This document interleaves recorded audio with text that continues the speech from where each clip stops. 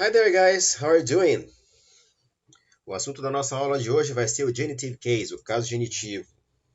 O caso genitivo é uma forma característica da língua inglesa que demonstra uma relação de posse entre um objeto e uma pessoa, tá?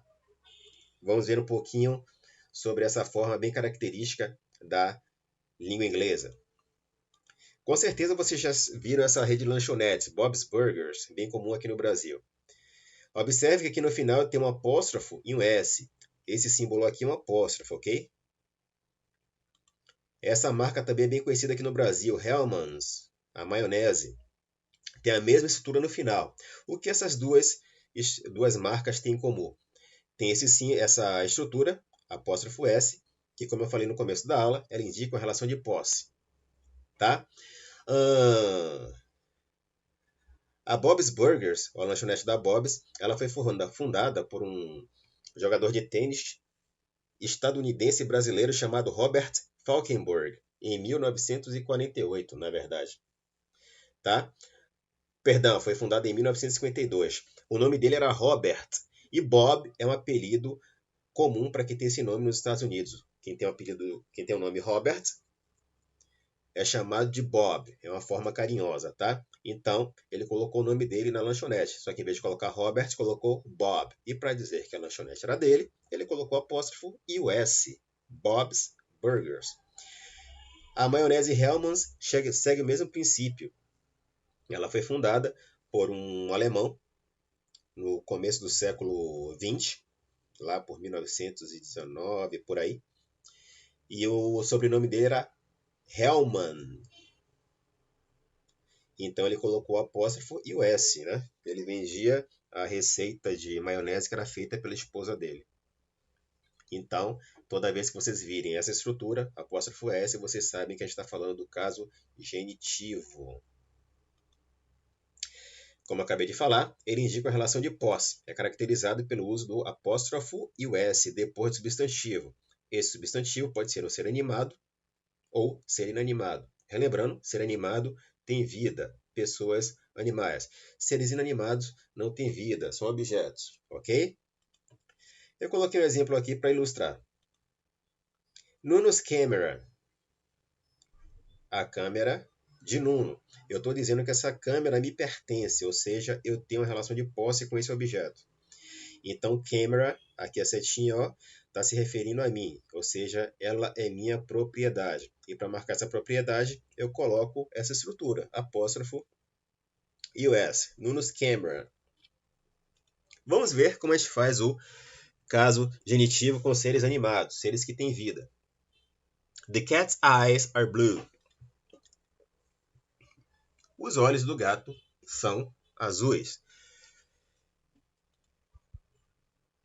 The boy's book is yellow. O livro do garoto é amarelo. Eu estou dizendo que o olho pertence ao gato e o livro pertence ao garoto. Preste atenção na ordem, tá? The eyes. The cat's eyes. Os olhos do gato. The boy's book. O livro do garoto. Perfeito? E como é que a gente faz o caso genitivo com seres inanimados? Vamos ver agora. Mesmo princípio. Saturn's rings are huge. Os anéis de Saturno são gigantescos, são grandes. Tá?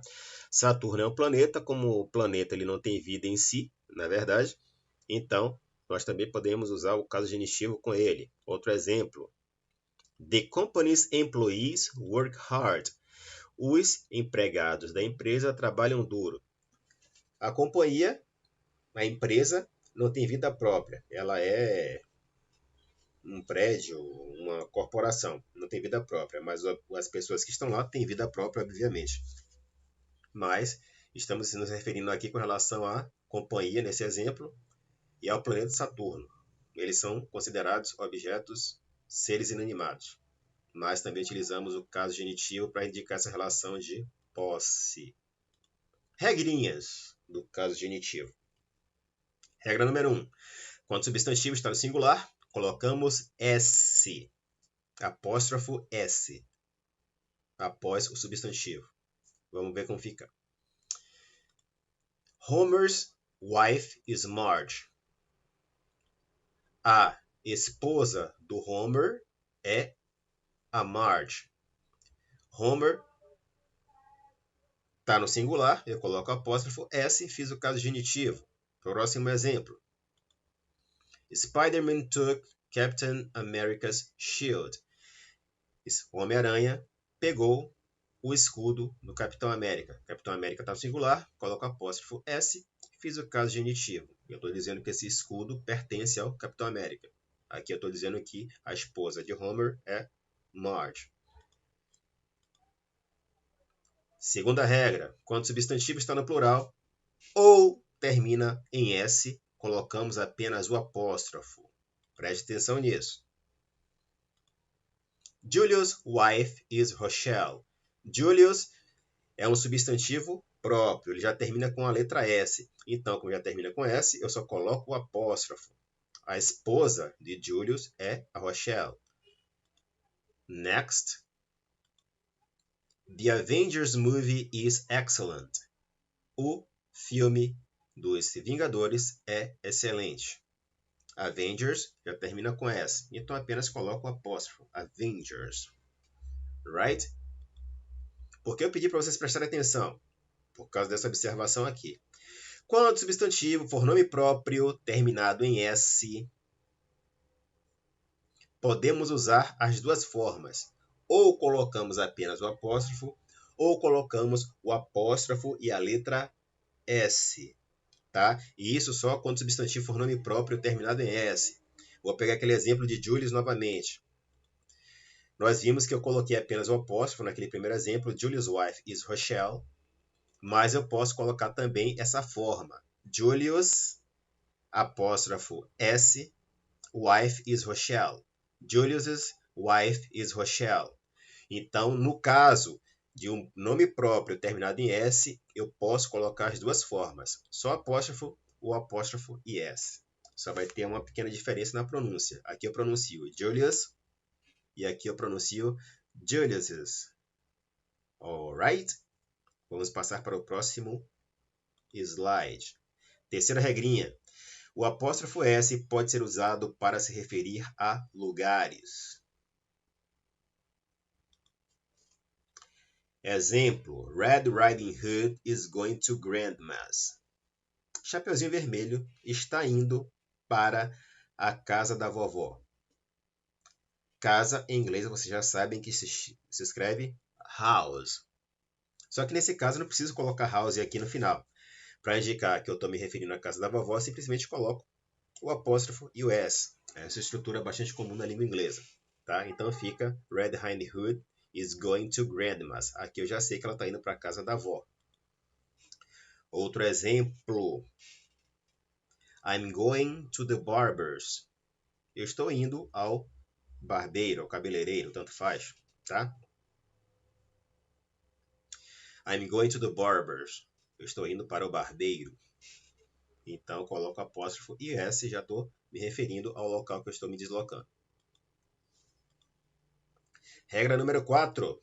Quando duas pessoas possuem o mesmo objeto, acrescentamos o apóstrofo S ou apenas o apóstrofo só para o segundo possuidor, a última pessoa.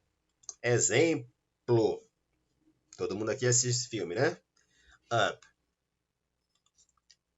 Carl and Ellie's wedding. O casamento foi deles dois. Ele é o Carl e ela é a Ellie. Então, como esse objeto, que no caso seria o casamento, foi deles dois, eu coloco o apóstrofo S apenas na última pessoa da expressão. Nesse caso, o nome é Ellie. Ela é a segunda pessoa, eu coloco o apóstrofo S. Mas aqui eu já sei que esse casamento que eu estou me referindo é o casamento deles dois, do Carl e da Ellie. Já quando duas pessoas possuem objetos diferentes, acrescentamos o apóstrofo S ou apóstrofo para cada um dos possuidores. Exemplo. Men's and women's clothes are colorful in Africa. roupas de homem e roupas de mulheres são bastante coloridas na África. Ou seja, aqui eu estou dizendo que as roupas de homem têm uma característica diferente e as roupas de mulheres têm outra característica. Então são duas coisas diferentes. Como aqui eu estou falando de duas pessoas, digamos assim, que têm coisas diferentes, eu coloco a apóstrofo S em cada uma delas. Coloco em men's e coloco em women's, tá? Men's and women's clothes are colorful in Africa. That's all for today, guys. Keep on studying. Take care. Stay at home.